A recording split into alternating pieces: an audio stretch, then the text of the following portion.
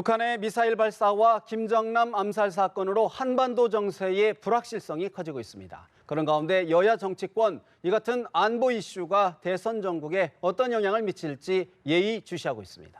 허성우 국가디자인연구소 이사장, 최진 대통령 리더십연구원 원장, 윤희웅 오피니언 라이브 여론센터장 세 분 스튜디오에 모셨습니다. 어서 오십시오. 네, 안녕하십니까. 특검 사무실 연결해 특검팀 이재용 삼성전자 부회장에 대한 법원의 영장 수색, 영장 발부 여부 얘기를 들어봤는데 사실 지금 오늘 영장실질심사 중에서도 첨예하게 지금 대립이 되는 것 같아요, 논리가. 최 원장님, 사실 이 부분이 이제 특검팀 입장에서는 자발적인 뇌물이다. 또 삼성 측에서는 강요된 지원이다. 이렇게만 쓰고 있는 것 같은데 어떻게 전망하시는지요? 그러니까 어느 쪽으로 결론이 나느냐에 따라서 이제 대통령의 뇌물죄 예비가 결정이 되고 또 따라서 대통령 탄핵이 결정적으로 이제 영향을 받게 되는 거죠.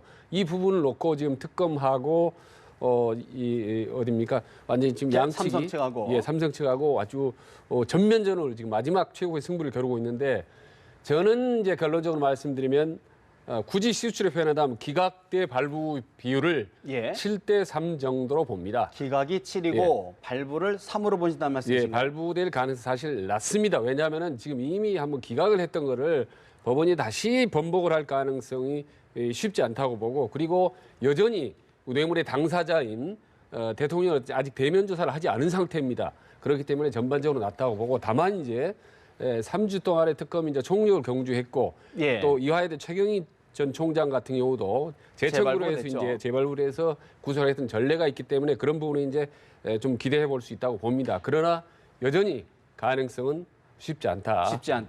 이렇게 봅니다. 보강 조사에서 특별히 더 확보된 게 없다는 취지인지 아니면은 논리적으로 성립이 안 된다. 어느 쪽의 의견을 갖고 계신 건가요? 그러니까 그게 보강 수사로 충분히 있지만 그게 발부를 해서 구속을 할 정도까지 수준이 되느냐. 이 부분에 대해서 막판까지 고민을 한다고 봅니다. 어떻게 보십니까, 허 이사장께서는? 저도 최 교수님 그 이야기가 거의 대동소이합니다. 이제 1차 그 이재용 부회장 구속영장 청구했을 적에는 사실 제3자 뇌물죄와 관련해 갖고 다툼의 소지가 있다 해서 그 법원에서 기각했지 않습니까? 이번에 이제 사실 좀 추가된 게 뭐냐면 재산국외 도피하고 범죄 수익 은닉죄를 추가했습니다.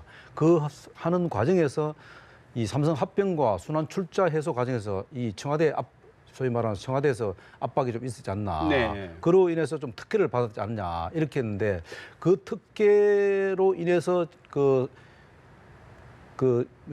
특혜로 인해서 최순실 씨한테 사실 재단에 지원한 부분이 그게 이제 뭐 특혜를 우회적으로 뇌물 아니냐 하는 부분인데 이 부분과 관련해서 아직까지는 제가 볼 때는 이제 지금 이제 특검에서는 상당히 그동안 이제 그 증거를 찾기 위해서 저희 방식으로 다 훑어왔지 않습니까? 공정거래위원회도 압수수색하고 다 했지 않습니까? 했는데 이 부분이 이제 법원에 이제 받아들일지 안 받을지는 저는 뭐 충분히 알 수는 없습니다만은, 그러나 지금 제가 볼 때는 여러 가지 지금 종합적으로 사안으로 보면은 이게 지금 증거와 관련해서 지금 최 교수도 말씀하신 대로 대통령 지금 대면 조사를 안 했기 때문에 그것을 제3자 뇌물죄와 관련해서 또 이게 특혜를 받았다는 그것을 입증할 만한 이 구체적인 증거가 조금 부족하지 않겠나. 그래서 오늘은 제가 볼 때는 조심스럽게 저는 개인적으로 뭐 몇 대 몇이가 아니고 그냥 지난번처럼 기각될 가능성이 좀 높지 않겠나. 그래 좀 보고 있습니다. 특검팀은 이제 대통령의 대면 조사 없이도 그만큼 보강 조사가 이루어졌다라는 취지로 지금 영장을 재청구한 건데 윤 센터장님 어떻게 보시는지요? 그럼 이제 특검으로서 이제 여전히 그 뇌물죄 성립하려면 어쨌든 받은 사람이 어쨌든 이제 조사가 필요해야 되는 부분에 대해서 여전히 미진하기 때문에 그 부분 여전히 뇌물죄 성립 요건에 부합하느냐의 문제가 남긴 하겠습니다만은 뭐 법의 어쨌든 전문가는 아니겠습니다만은 특검 같은 경우도 불구속 기소를 할 수 있음에도 불구하고 어쨌든 보강 수사를 통해서 이번에도 만약에 구속영장 청구가 발부되지 않을 경우에는 특검으로서도 상당히 어쨌든 자존심이 상할 뿐더러 수사 자체의 어떤 차질 자체도 이어질 수도 있는 상황을 감수하고 이것을 감행했다는 것은 그만큼 3주간의 보강 수사에 대한 자신감이 있다는 것이기 때문에 두 분 말씀하신 대로 발부되지 않을 가능성이 뭐 여전히 있음에도 불구하고 상당 부분 그것을 뭐 절반 이하 수준으로 보기는 어렵지 않을까. 뭐 일단 그렇게 조심스럽게 전망해 볼 수 있지 않겠습니까? 그리고 또 하나는 뭐냐면 특검이 또 상당히 특검 자체가 굉장히 좀 전략적으로 사실 어떻게 보면은 대마불사는 특검 앞에 없다. 그래서 이번에 이 모든 것을 그 이재용 부회장한테 전부 다 2번에 걸쳐서 그 구속영장 청구를 한다는 것은 완전 올인을 하겠다는 것입니다. 예. 이걸로 인해서 만약에 기각이 되면은 사실 어떻게 보면은 특검은 무장해제할 수밖에 없는 그런 상황이다. 무장해제다. 회장 스스로 무장해제할 수밖에 없다. 왜냐하면 지금 오늘 그 행정소송했던 게 좀 각하가 됐지 않습니까? 그것도 사실 어떤 뭐 기각보다 각하는 더 치명적이단 말입니다. 그러면은 그 행정소송 각하되고 그다음에 이재용 부회장 구속영장 청구 자체가 기각된다. 이러면은 더 이상 특검은 스스로 무장해제할 수밖에 없다. 그리고 대통령 대면 조사 자체도 어렵게 된 상황이기 때문에 특검의 어떤 영역이 완전히 봉쇄될 수밖에 없다는 특검의 거죠. 청와대에 대한 행정소송의 각하가 치명적이다는 건 어떤 의미의 말씀이시죠? 왜냐하면 이 각하라는 것은 예. 저는 법률가는 아니지만 제가 알아본 바에 하면은 기각은 그래도 그러니까 문 앞에서 문 안에 들어가서 다툼이 있다가 기각되는 건데 각하라는 것은 문에도 못 들고 쫓겨나는 거예요. 이거 굉장히 치명적인 거예요. 예. 그러니까 그거를 과연 모르고 그러면 특검에서 했을 것인가 알고도 했다는 거예요. 그거는 뭐냐면은 특검이 뭔가 지금 쫓기고 있다는 거예요. 쫓긴다. 그리고 또 여론 의식을 상당히 하고 있다. 그래서 뭔가를 돌파구를 찾다 보니까 2가지를 잡았지 않나. 아까 말씀한 대마 불사는 삼성. 없다. 삼성의 대마 불사는 없다 하는 거고 그다음에 또 행정소송에서 청와대 압수수색을 다시 한 번 더 감행하겠다. 만약에 법원에서 받아들이면은 그러면 압수수색을 통해서 증거를 인멸하는 부분을 또 증거를 찾아와서 대통령 대면 조사에서 그러니까 수단으로 쓸 수 있는 그런 어떤 그 상황을 만들겠다는 뜻이죠. 저는 좀 생각이 다릅니다만은 만약에 특검의 영장 재청구가 그 정도로 위험한 수라면 재청구를 하지 않았을 겁니다. 아마 왜냐하면 어차피 이 대통령의 뇌물죄를 적용하는 데 있어서 가장 중요한 인물은 이재용 부회장이거든요. 그런데 최소한 2번 정도는 청구를 하는 것은 저는 기본이라고 보는 거고 그리고 만약 이 청구가 부결되더라도 기각이 되더라도 예. 저는 모두 일정 그대로 갈 수밖에 없다. 특히 이제 대통령의 어떤 대면 조사 이 부분도 기각이 되든 간에 어떤 영장이 들어간 상관없이 갈 수밖에 없고 저는 그 이루어질 가능성이 높다고 봅니다. 예. 왜냐하면 좀 더 구체적으로 말씀드리면 대통령이 그 대면 조사는 받아들일 거라고 보죠. 왜냐하면요, 이거는 대통령 입장에서는 어떤 변론권이라든지 방어권이 아니라 본인의 최후의 반격이라고 볼 겁니다. 아마 그래서 막판에 시간을 끌다가 특검이 아닌 헌법재판소 정도의 전격적으로 본인의 이제 출석을 해서 지난번에 이미 설 연휴 때 얘기를 했지 않습니까? 본인의 일방적인 자기 주장을 장황하게 국민들에게 펼치고 그리고 또 어떤 보수 진영, 강경한 보수 진영에 대해서 또 여론 환기 차원에서 네. 강력하게 자기 입장을 주장하는 마지막 최후의 카드로 쓸 가능성이 그렇다 높다고 봅니다. 하더라도 예를 들어서 이재용 부회장에 대한 영장이 기각되면 특검이 박 대통령에 대한 칼날의 예봉은 좀 꺾이지 않을까요? 어떻게 좀 아무래도 그 탄력은 지장을 받을 수밖에 예. 없죠. 그러나 이제 그게 전부가 아니라 이미 블랙리스트라든지 혹은 뭐 기타 뭐 직권 세월호 남용이란. 사건한테 많은 예. 헌법과 관련된 그런 증거를 충분히 있다고 봅니다. 그러나 그 과정이 이제 중요한 포인트인데 이재용 부회장의 구속 여부가 근데 만약에 그런 청장이 발부가 된다면 영장이 예. 훨씬 탄력을 받겠지만 어느 정도로 이제 탄력은 좀 지장은 받겠지만 대세는 큰 흐름, 대세는 큰 영향을 차질은 받지 없을 않겠다고 것이다. 봅니다. 저는 그 최 교수님 말씀에 뭐 동감합니다만 좀 다른 측면에서 보면은 그렇다면 최 교수님 말씀하신 대로 그대로 만약에 적용한다면은 특검이 그러면 그 인신을 구속하는데 아니면 말고식으로 이건 아닙니다. 네. 특검은 특검 나름대로 상당히 전략적인 게 아니고 정략적으로 나름대로 움직이고 있어요. 왜냐하면 뒤에 상당히 여론을 얻고 있다는 이야기를 제가 누차 말씀드렸지 않습니까? 그렇기 때문에 아니면 말고식에 만약 수사를 한다면은 특검 자격이 없죠. 왜냐하면 아니면 세상에 사람을 구속시키는데 아니면 말고가 어디 있습니까? 그렇지 않습니까? 그렇기 때문에 마찬가지입니다. 그러면 청와대 압수수색도 아니면 말고입니까? 그렇지 않습니다. 아니요, 그렇기 때문에 특검이 어떻게 아니면 움직이는 건 말고식으로 영장을 청구하겠습니까? 아니면 그렇게 하잖아요. 제가 말할 특검은 때는 100%될 거라고 확신하고 밀어붙이지만은 안 되는 경우도 감안할 수밖에 없는 거죠. 근데 그 안 되는 가능성을 염두에 두고 했다. 근데 결과적으로 안 됐는데 그걸 가지고 특검이 아니면 말고식으로 했다. 아 이거는 너무 아니 제가 논리가 말씀드리는 건요. 비약된 좀- 너무 왜냐면은 네. 무리하게 수사를 진행한다는 이야기가 많아요 지금. 그렇지 않습니까? 지금 말씀하신 대로 블랙리스트 관련돼서 김기춘, 조윤선 나머지 그 관련된 사람 다 지금 구속돼 있죠. 예. 7, 8명 다 구속돼. 김종 차관부터 네네. 김종덕 다 지금 구속됐잖아요. 또 마찬가지입니다. 이화여대 그 관련해서 다 지금 또 예. 책임이 어제 마지막으로 최경희 총장까지 다 구속됐잖아요. 그렇게는 뭐냐면 지금 만약 그러면 이대 관련돼서 부정 입학과 관련돼서 그 교수들이 무슨 도주 우려가 있습니까? 예. 그런 거 있지 않습니까? 그러니까 그럼에도 불구하고 지금 계속 좀 밀어붙이잖아요. 구속 관련해서. 그러니까 이재용 삼성전자 부회장의 영장이 기각된다면 특검의 수사가 무리했다는 걸 일정 정도 방증하는 그렇죠, 것이다. 그런 그렇죠. 말씀이신 것 같고 하나를 더 여쭤볼게요. 사실 그렇다고 그러면 이제 오늘 특검이 수사기관이 좀 부족하다. 그래서 이제 국회에 요청한 데 이어 황교안 대통령 권한대행에게도 특검 기간을 연장해달라 공식 요청했다고 지금 밝혔거든요. 어떻게 보시는지요?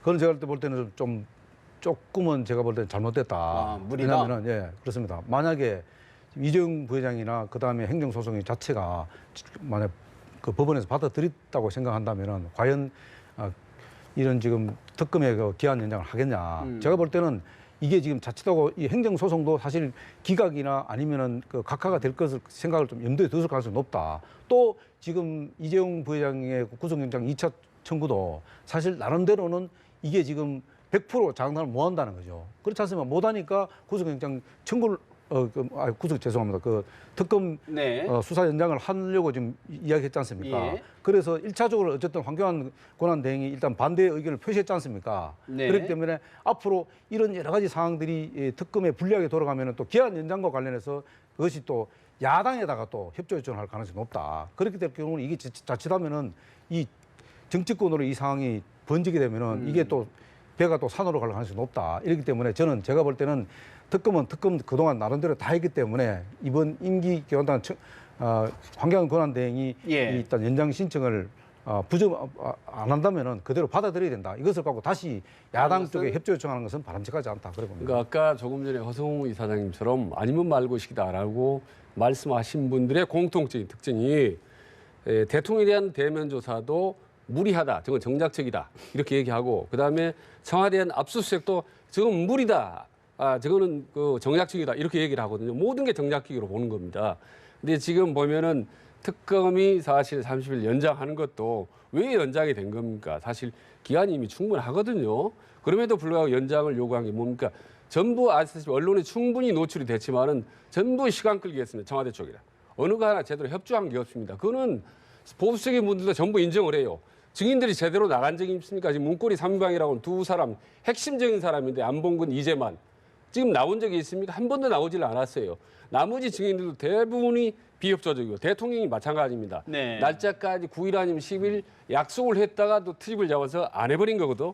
대면조사 모든 일정이라든지 협조라든지 이런 부분들이 비협조적이기 때문에 특히 세월호 7시간 문제도 헌법재판관들도 봐도 이건 너무 문제가 많다. 보강해달라라고 예. 했는데도 그 위에 소식이 없어서 보강이 없습니다.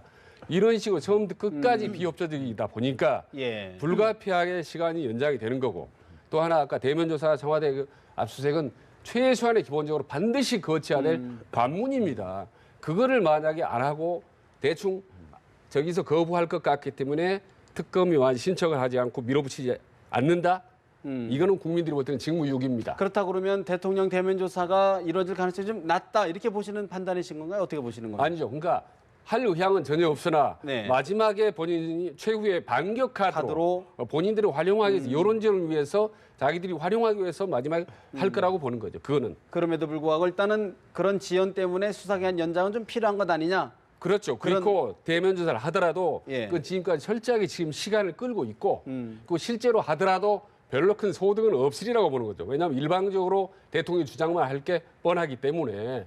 어떻게 보십니까? 저는 이제 뭐 국민들은 이제 법리적인 세부적인 부분을 보는 것은 아니기 때문에 국민들 입장에서는 보편적으로 봤을 때 말씀하신 대로 어쨌든 증인들이 어쨌든 불출석하는 경우들이 많이 있었고 수사에 성실히 임하지 않는 부분들 또 청와대 측 대통령 측에서 시간 끌기 있는 부분들이 있었고 또 대통령의 대면 수사도 약속했는데 불구하고 잘 이루어지지 않았다 하는 부분들 또 청와대에 대한 압수수색도 이루어지지 않은 부분들 이런 것들은 수사 자체가 좀 미흡하다, 또 시간이 더 필요하다라고 하는 이제 국민적 인식을 불러올 수 있기 때문에 국민들의 보편적 여론은 이제 수사기간 연장에 예. 아마 찬성하는 기류가 훨씬 높을 것으로 이제 전망이 되고 예상이 되고 그러나 이제 어쨌든 이 수사기간 특검의 수사기간 연장은 정치적으로 봤을 때 많은 사실 쟁점들을 갖고 있긴 합니다.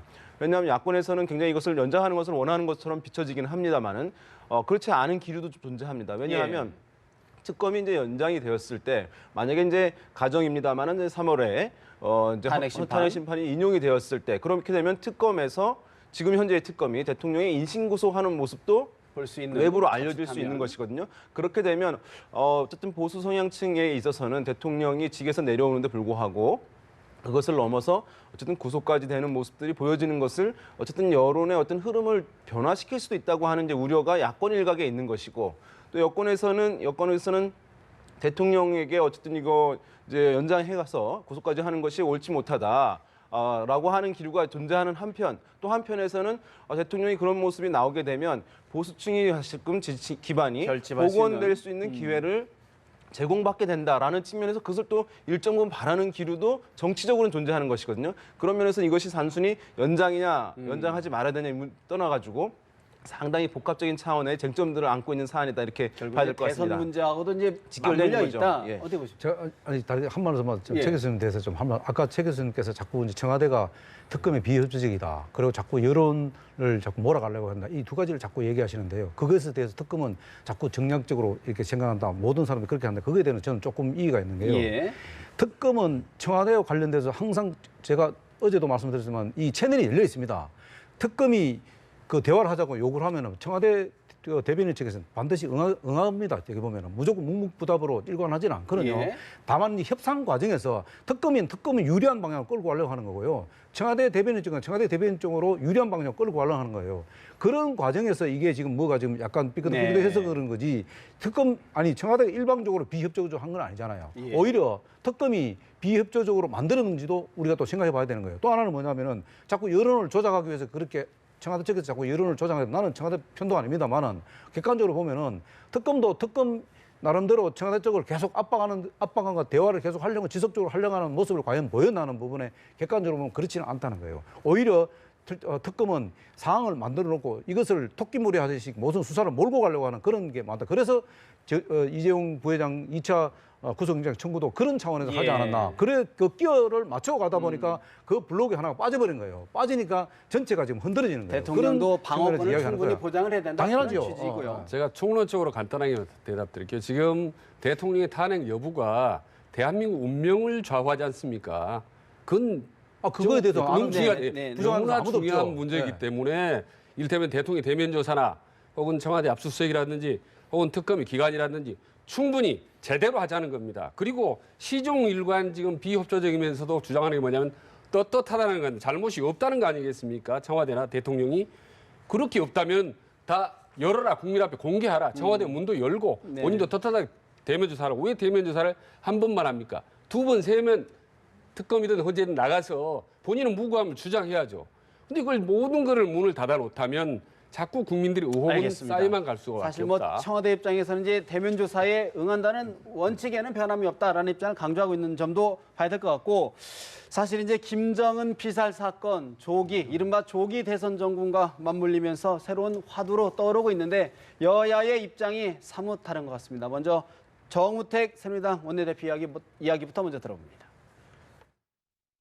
문 전 대표는 어제도 사드 배치 문제를 차기 정부에 넘겨 논의해야 한다는 식으로 말씀을 했습니다. 안보관에 대한 국민의 불안감과 의구심은 더 커질 수밖에 없다는 말씀을 드립니다. 집권하면 북한에 먼저 가서 페루나 김정은을 먼저 만나겠다는 이런 입장에도 변화가 없는지 분명한 답변을 하기 바랍니다.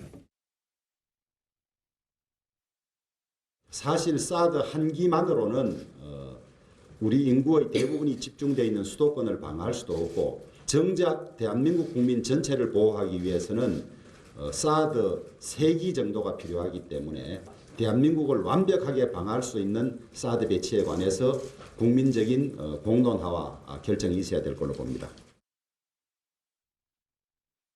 남북 관계에 긴장이 고조되고 있는 상황입니다. 그 어떤 안보 장사를 획책하거나 음모론도 용납될 수가 없을 것입니다. 정부와 정부 당국의 이 문제와 관련한 어떤 허위나 과장, 은폐나 축소가 없어야 한다는 것을 분명히 경고합니다. 자유한국당, 바른정당, 이른바 범여권 정당, 문재인 전 민주당 대표의 안보관 사드 문제에 대한 연일 문제를 제기하고 있습니다. 허 이사장님, 사실 이분 여당 입장, 여권 입장에서는 좀 안보 이슈를 좀 부각시키겠다는 의도가 보이는데 어떻게 보고 계시죠? 이게 그 여당이라서 안보 이슈 자체를 부각시킨다 이런 차원보다는요. 저는 이렇게 생각합니다. 안보에 대해서 여야가 따로 없지 않습니까? 특히 이제 자기 대선 주자, 유력한 자기 대선 주자들은 그 안보관에 대해서 철저히 검증할 필요가 있다 이번 게. 왜냐하면은 일단 기본적으로 김정은이 정말로 럭비 공 같은 사람이라는 것을 이미 이번에 다시 한번 자기 동생 김정남이를 독살할 정도의 사람이라면 정말 어디로 튈지 모르지 않습니까? 우리가 생각하는 정상적인 사고를 한 사람은 아니다라고 판단되잖아요. 그렇다면은 이 한반도 불확실성 이것이 지금 정대되고 있다고 봐야 되는데 여기에 대해서 자기 지도자는 안보관에 대해서 자기 자신의 생각이 뭔지 또 어떻게 이 남북 간의 어떤 문제를 해결할 건지 이런 어떤 확실한 소신 이런 것들이 필요할 필요가 있고 또 이것을 검증할 필요가 있다. 그런 차원에서 여당에서는 좀 더 진지하게 접근하는 것이 이것을 무슨 정치적으로 이용하고 조장한다 그런 차원은 아니다. 그렇기 때문에 어쨌든 이번 대선에서 안보라는 것이 굉장히 중요한 화두로 부상하는 말은 틀림없다. 저는 그렇게 생각합니다. 안보관 검증 필요하다. 옛날 같으면 이런 정도 사건이 터지면 말이죠. 여권에 절대적으로 유리합니다. 일종의 KO 펀치죠. 북풍이 한번 몰아치면은 절대적으로 여당이 유리하거든요. 그리고 또 여당은 부지런히 불 떼듯이 말이죠. 이거를 활용하고 하려고 합니다. 과거에는. 근데 지금 만약에 이런 북풍이라든지 안보 카드를 활용할 경우에 사실 별 효과도 없습니다. 이게 이제 국민들이 워낙 그동안 많이 속았기 때문에 별 효과도 일시적으로는 유리한 여건이 마련된 건 사실입니다. 야당에. 그러나 그게 큰 효과는 없습니다. 다만 여기서 야당이 유념을 해야 될 부분 아까 말씀드린 부분은 저는 동의합니다. 사실 안보의 여야가 없습니다.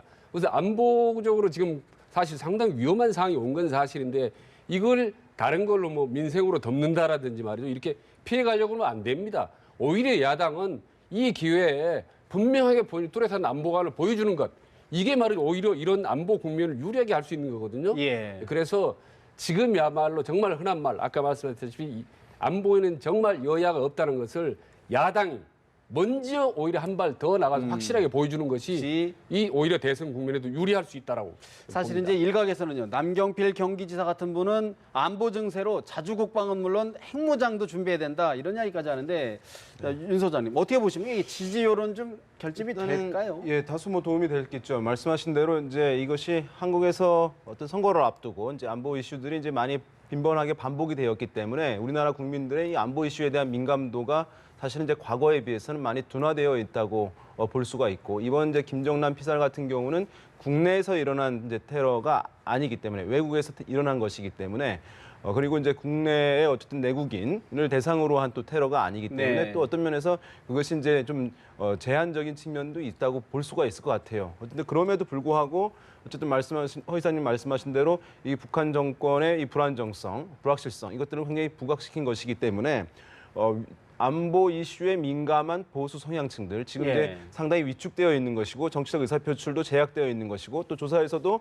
상당히 지지 후보 표출도 잘 안 하는 상황인데요. 그런 것들을 개선하는 효과는 충분히 있을 것으로 보여요. 이것이 어떤 전체 대선 구도의 판세를 근본적으로 바꿀 정도 할 정도는 아니겠습니다만은 지금 워낙 위축되어 있는 이제 보수 진영이기 때문에 그런 이제 안보에 민감한 층들은 변화가 좀 있을 것으로 보이고 또 한 가지 어쨌든 대선 이 와중에서 이 최순실 게이트로 어떤 정책과 이제 이슈 사안에 대한 이제 논쟁들은 별로 없는 측면이 있거든요. 왜냐하면 과거에 우리가 2007년 대선 같은 경우는 이명박 후보가 대통령이 될 때 이른바 묻지마 경제라고 해서 다른 사안들은 얘기가 이제 안 됐거든요. 후보의 어떤 자질이라든가 도덕성 이런 문제는 문제가 있어도 사실은 이제 그걸 갔는데 지금 같은 경우는 그것과 비유해서 표현하자면 묻지마 심판 이런 제 기류인 것 같아요. 그래서 다른 논의는 잘 안 하는 상황이었는데 어쨌든 이 김정남 피살이라고 하는 큰 사건이 벌어짐으로써 이 안보 사안을 어쨌든 후보들 간의 논의, 어쨌든 정당 간의 정책적 사안으로 논의할 수 있는 공간 자체가 굉장히 강하게 형성된 측면이 있다. 이렇게 이제 효과를 분석해 볼 수 있겠습니다. 좋은 말씀이신 것 같아요. 좀 어떤 정책 경쟁, 정책 이슈를 한번 환기시키는 데는 도움이 된다.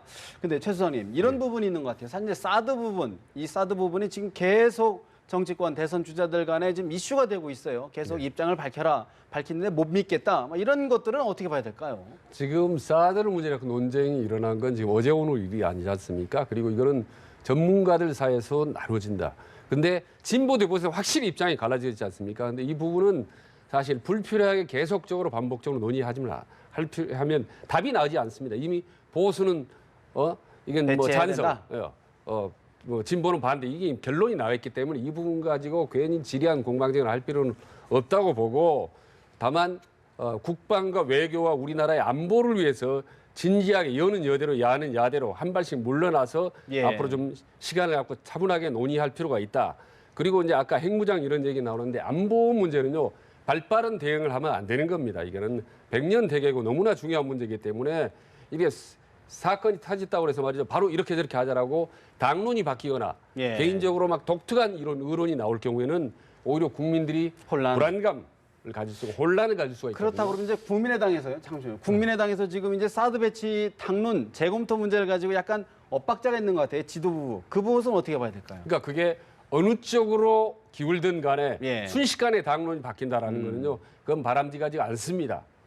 그렇기 때문에 그런 부분들은 좀 더 시간을 가지고 충분하게 논의해야지, 뭐 어떤 사건 사고가 터졌다고 해서 바로 당론이 휘청거리거나 정책이 뒤바뀐다, 이거는 득보다는 훨씬 실이 더 많습니다. 신뢰성의 손실을 가져온다. 그렇습니다. 국민의당 같은 경우에 이제 이 사드와 관련해서 당론이 예. 사드 배치 이제 반대를 이제 분명히 했죠, 처음부터. 그런데 상당히 특이한 현상은 무엇이냐 하면 지지층은 또 그렇게 생각하지 않는다는 것입니다. 호남층. 그러니까 국민의당이 어쨌든 중도 성향층들이 많이 있고 안보에도 상당히 좀 민감하게 이제 여기는 지지층들이라고 할 수 있는데, 국민의당 지지층들이 사드 배치에 대해서는 또 찬성하는 기류가 높아서 사실 당론과 지지층의 기류와 불일치하는 현상들이 있어 왔기 때문에 안철수 전 대표도 어쨌든 안보의 보수라고 얘기한 것과 또 불일치하는 부분들이 있었기 때문에 이것이 지지층 확장에 제약이 있었던 것도 사실이긴 하거든요.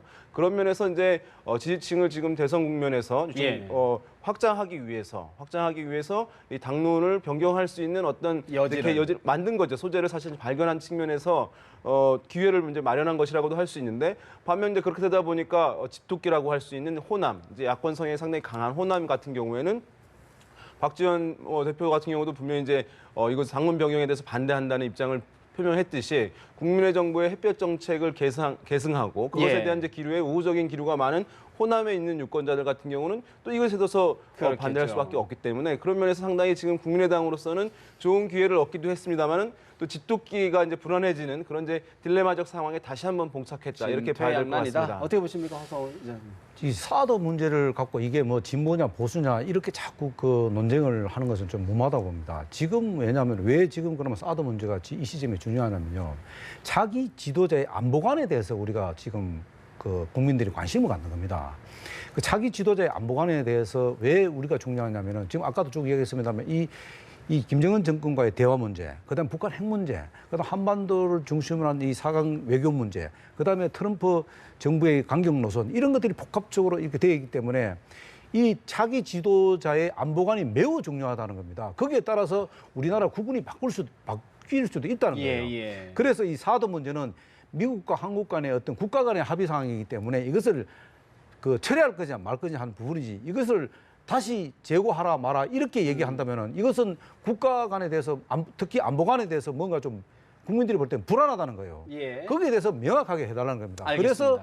그래서 국민의당도 자꾸 이 지금 그 사드 문제 재배치를 할 거냐 말거냐 그런 부분에서 자꾸 새로 당론을 정하려고 하지 않나, 그렇게 봅니다, 저는. 제가 국방 안보에 대해서 상당히 보수적인데요. 제가 딱 한 말씀 드리면, 진짜 이 사드를 배치한다고 해서 사실 남북 문제가 완전히 해결되나요? 북한의 침공을 우리가 원천적으로 포기할 수 있나요? 그러니까 사드 문제가 만병통치약이라는 것은 저는 아니라고 봅니다.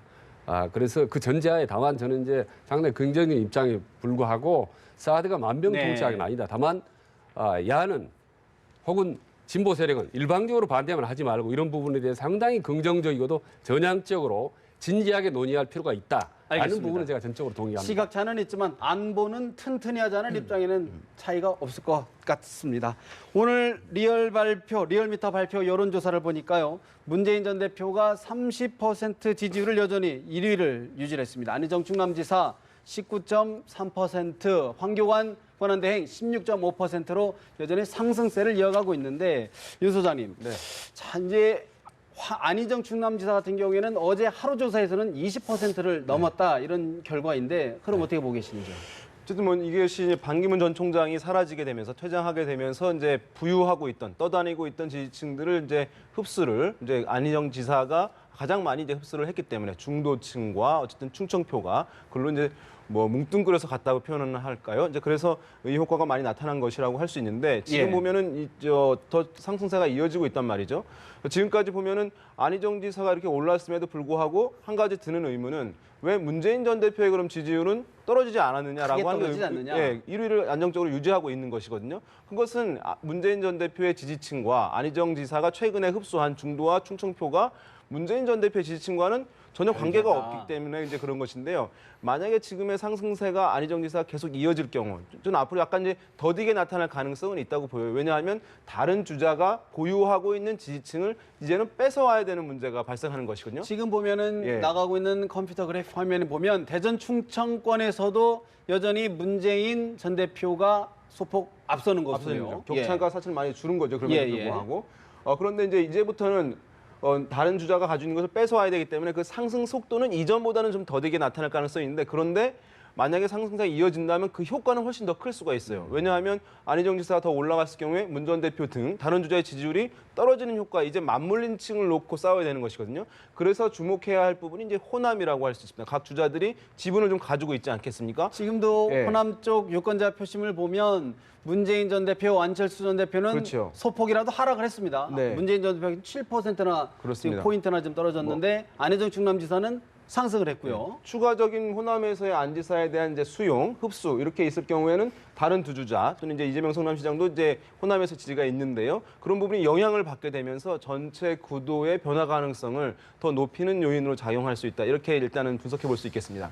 예, 지금 저는 이제 또 하나 이제 변수가 뭐냐면은 예. 안희정 지사의 어떤 지지율이 이제 그 사이 이제 상승세가 급속도로 올라왔잖아요. 여기서 지금 멈출 거냐 말 거냐는 부분인데 변수가 두 개가 있다고 봅니다. 하나는 뭐냐면은 그 비문 세력들이 이제 어떻게 전열을 가다듬을 거냐, 어디 쪽에다가 쓸 것이냐는 부분입니다. 이게 안희정 지사 쪽에 서면은 사실 탄력을 받을 것이다.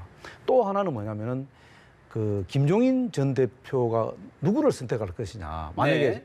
그 지금 뭐 무슨 지금 소문에 하면은 지금 뭐 당을 탈당한다는 얘기 있고 아니면은 탈당하지 않으면은 그대로 지금 그 민주당에 남아 있다면은 누군가는 선택해야 될 거 아닙니까? 그런데 지금 여러 가지 정황상으로 보면 선택하게 된다면은 문재인 대표보다는 안희정 후보를 선택할 가능성이 좀 높게 보이는 것처럼 지금 신문에 언론에 계속 나오고 예. 있기 때문에 이 두 변수가 이제는 앞으로 안희정 지사의 지지율을 끌어올리는데 변곡점을 만들 수 있다. 그렇기 예. 때문에 그 점을 상당히 지켜봐야 한다. 그렇게 봅니다. 비문지정의 표심이 과연 어디로 갈 것이냐, 안지사로 갈 것이냐, 다른 후보로 갈 것이냐 어떻게 보십니까? 그러니까 지금 안희정 지사가 계속 급상승을 했지 않습니까? 그게 지금 중도 행보하고 그다음에 이제 충청도 대망롱에 힘입어서 팍팍 올라갔는데 그렇다면 그다음에 뭘로 잡아당기지?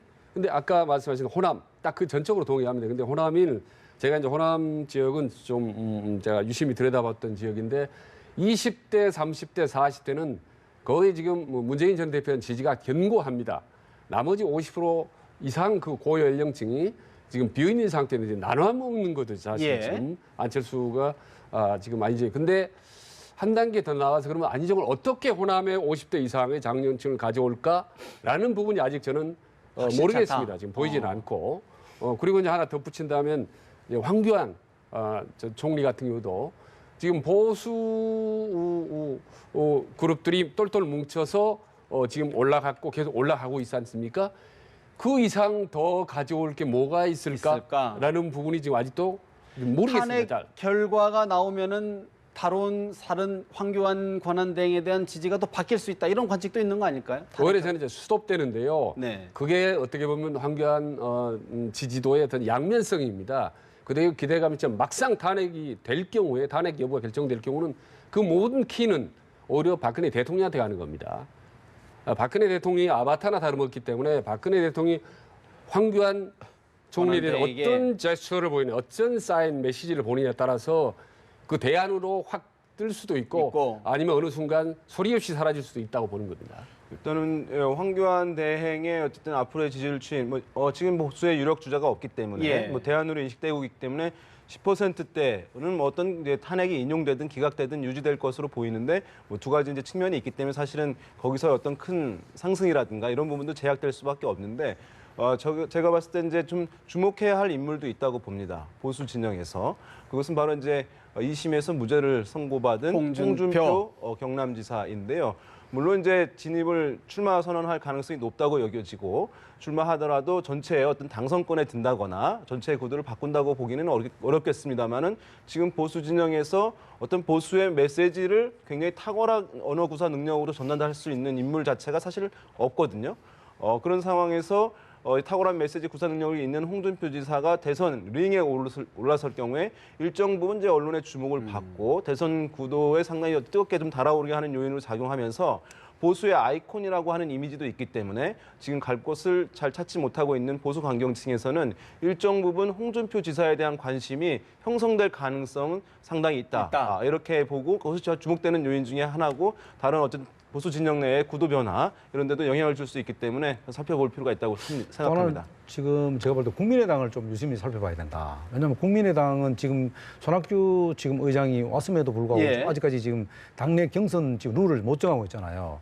그게 만약 국민의당이 당내 경선 룰이 정해지고 국민의당이 경선에 돌입하게 되면은 제일 타격을 많이 받을 수 있는 데가 바로 안희정 지사입니다. 안희정 지사가 어떤 이유입니까? 당내 경선인데. 당내 경선인데 그게 지금 호남 지지층들이 그럼 안희정을 지지했던 호남 지지층들이 안철수 쪽으로 갈 가능성도 있고 또 일부는 아주 좀 적겠습니다만은 또 손학규 지지층으로 갈 수 있다. 그렇기 때문에 그게 지금 그 안희정 후보의 어떤 대연정이라든가 또 호남 전략 이런 것들이 국민의당과 맞물려 있기 때문에 국민의당이 전열이 정비가 되면은 그 표가 어디로 가느냐에 따라서 상당히 또 안희정 지사의 그 지지율이 출렁거릴 수도 있다. 결국은 이제 안희정 충남지사의 상승세를 또 겨루어 볼 수 있는 것이 이제 민주당 경선일 것 같은데 선거인단 모집 첫날에 30만 명을 돌파하며 돌풍을 일으키겠다고 합니다. 추미애 민주당 대표의 이야기 먼저 들어보시고 대담 추가로 이어갑니다.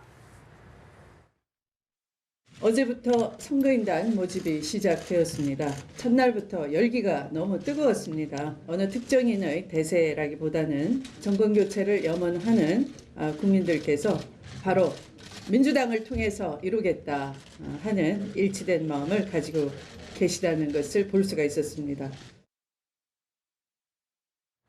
추미애 민주당 대표 정권 교체에 사실상 첫 걸음을 뗐다라고 평가를 했는데 상당히 고무된 모습인데요.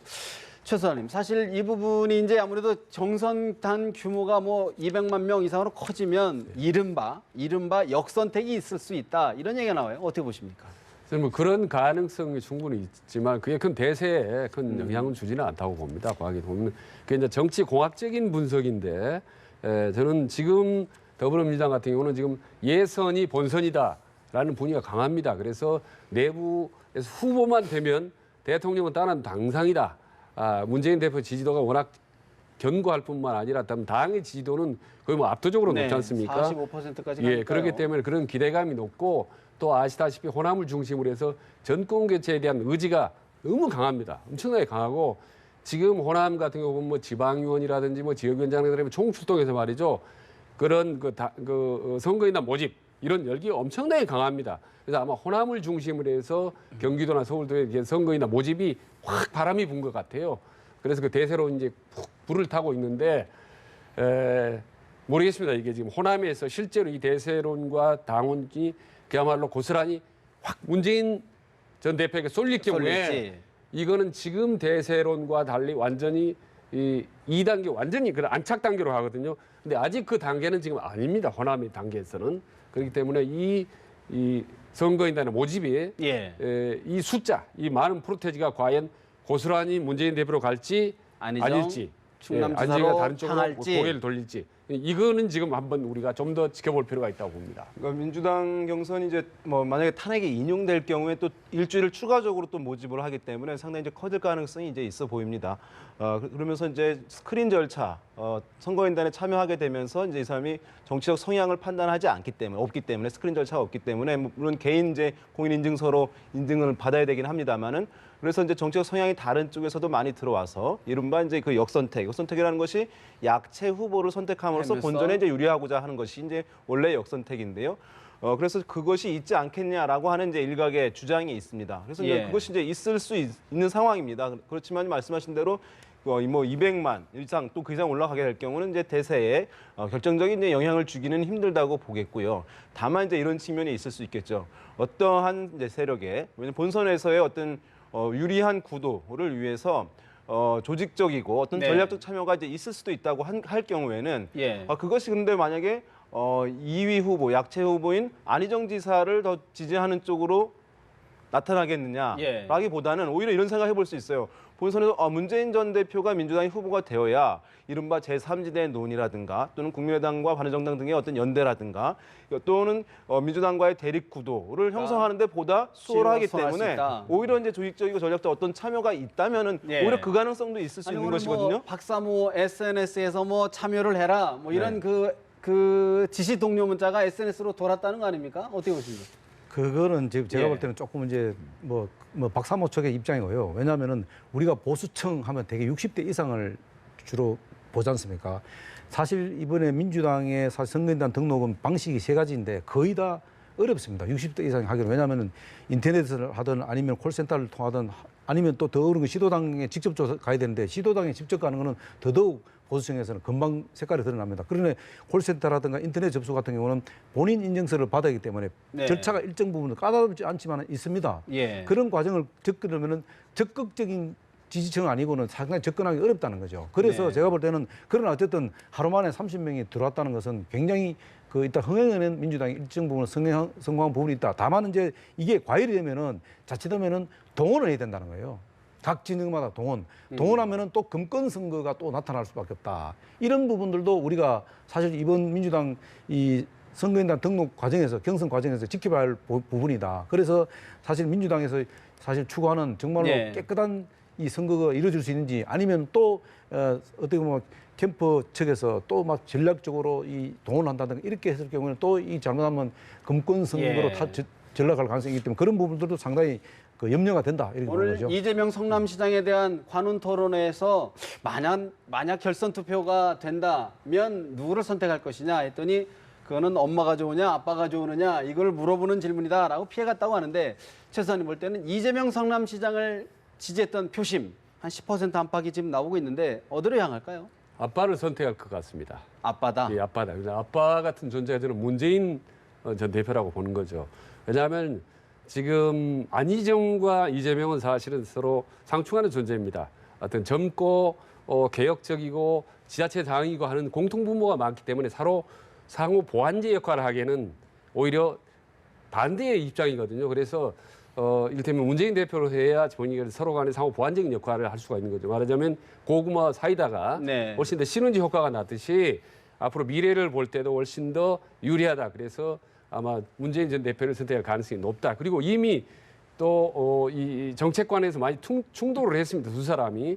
그래서 이를테면 안희정 지사의 연정에 대해서 또 강력하게 반대를 표시를 했고 공짜 돈이다. 때문에 마지막에 아빠냐 엄마냐 하면은 결국은 아빠 같은 문재인 전 대표를 선택할 가능성이 높다고 봅니다. 오늘 안철수 국민의당 전 대표가 이제 충남도청, 사실 이제 안희정 충남지사의 안방 핵심이라고 할 수 있는 충남도청 도청에서 기자회견을 했는데 안희정 지사와의 대결이 되면 미래를 위한 대결이다, 좋은 것이다 이렇게 얘기를 했는데 종전의 분석과는 좀 다른 것 같은데 어떻게 보십니까? 일단은 근데 충남이라고 하는 지역적 특수성이 있었기 때문에 그 지역의 일정 정도의 맹주에게는 어떤 후보들이 갔을 때 이제 예우 차원은 좀 좋은 얘기들을 이제 해주게 됩니다. 왜냐하면 바로 비판하거나 그 지역 정서와 다른 얘기를 하게 되면 그 자리에서의 어쨌든 비판, 비난 이제 기류들이 있을 수 있는 것이기 때문에 그런 차원에서 나온 것이라고 보는 것이 맞겠고 실제로 안희정 지사가 민주당의 후보가 되었다라고 한다면 국민의당의 구상 자체는 완전히 허물어질 가능성이 높습니다. 왜냐하면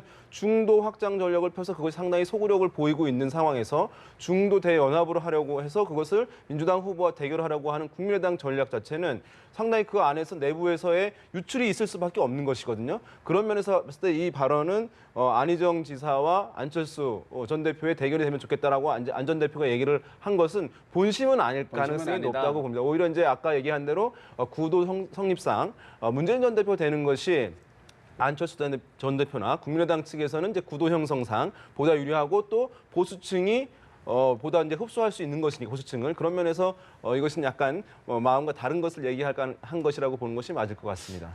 오늘 발언은 상당히 그 안철수 대표의 전략적인 발언이다. 왜냐하면은 기본적으로 안철수 대표도 이게 문재인 대표를 능가할지도 그러니까 안희정 지사가 네. 능가할지도 못하기 때문에 만약에 안희정 지사가 탈락하면은 그 표를 흡수를 해야 되잖아요. 예. 흡수를 하기 위해서는 오히려 차라리 지금은 안희정 지사를 조금 칭찬해 주는 게 훨씬 더 본인한테 유리하다고 보는. 그래서 그 밥그릇을 만들어야 되니까. 그러니까 어떻게 보면 안철수의 전략적인 립서비스인데 안철수 지사가 바라는 거는 안희정 지사가 커서 문재인 전 대표의 표를 많이 줄어라. 깎아먹고 예. 결국은 상처를 내라. 최종 후보는 문재인 후보가 되는 이런 구도가 아닐까? 바라지 않을까라고 생각을 해봅니다. 사실 이제 민주당 경선의 구도 중에 하나의 또 인물이 이제 김종인 전 대표의 행보인데 여러 가지로 광폭 행보 또 모호한 화법을 내놓는데 독일을 갔다 온 다음에 또 어떤 입장을 낼지 주목해 봐야 될 것 같습니다. 오늘 말씀 여기서 줄여야 될 것 같습니다. 허성우 국가디자인연구소 이사장, 최진 대통령 리더십 연구원 원장, 윤희용 오피니언 라이브 여론분석센터장과 함께했습니다. 말씀 잘 들었습니다.